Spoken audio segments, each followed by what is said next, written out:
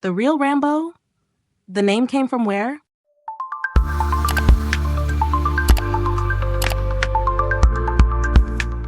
Welcome to Hidden History with Frank Strickland. Thank you for watching. For decades, the name Rambo has meant a one-man army, a fictional warrior, a cinematic symbol of the Vietnam veteran who came home to find himself abandoned, his highly honed skills viewed as a threat by the very society he risked his life to protect. You know the films, the headband, the explosive arrows, the lone hero fighting a corrupt establishment. The character, John Rambo, was born in a 1972 novel called First Blood. The author, David Morrell, was deeply influenced by the struggles of the most decorated soldier of the Second World War, a man named Audie Murphy, who carried the psychological wounds of combat home with him. He slept with a loaded pistol under his pillow, tormented by nightmares. That was the soul of Rambo. But what about the name? That unforgettable, iconic name, Rambo. The author was wrestling with what to call his hero. Inspiration, as it often does, came from the mundane. His wife returned from the grocery store with a type of apple she had picked up, the Rambo apple. He liked the sound of it. He paired it with the first name from the French poet Arthur Rimbaud, Rambo. And that, Morrell believed, was the end of the story. A brilliant piece of accidental naming that launched a 4-decade, multi-million-dollar film franchise. But hold on, because there's a little bit more to it.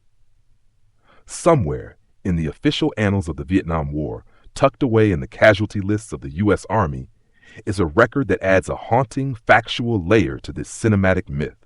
A layer of truth the author did not know until years after his novel became a global phenomenon.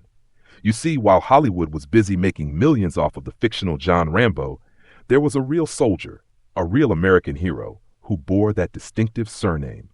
A soldier who, like the character, gave the ultimate measure of devotion in the jungles of Southeast Asia. He was Staff Sergeant Arthur John Rambo. Born in 1944, he served with Troop D of the 3rd Squadron, 4th Cavalry Regiment, U.S. Army. His role was as a scout and an observer. His unit fought in the relentless close-quarters combat against the Viet Cong and the North Vietnamese Army. On November 26, 1969, near the Cambodian border in Tay Ninh Province, Staff Sergeant Rambo was killed in action. He was 25 years old, a real soldier, a real sacrifice, a real name. A name that would later become synonymous with a fictional veteran, a coincidence so stark, so utterly improbable that it seems written by fate itself. Sergeant Arthur John Rambo. A fact behind the fiction. To every man and woman who served during the Vietnam War, thank you. You were called upon to serve your nation during one of its most complex and divisive eras, and you answered. You stood your post, endured unimaginable hardships, and made sacrifices that few outside your ranks can truly comprehend. Whether you served in the rice paddies, the skies, on the rivers, or in support roles, your commitment was absolute. For too long, the national debate surrounding the war overshadowed the dignity and duty of the warrior. It is a historical injustice that you did not receive the honor and welcome home you so richly deserved. Today and every day, I honor that commitment. I recognize the courage it took to deploy, the bravery you showed in combat, and the resilience you demonstrated upon your return.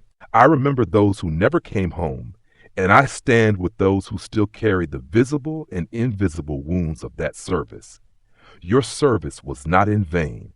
It defined a generation of patriots.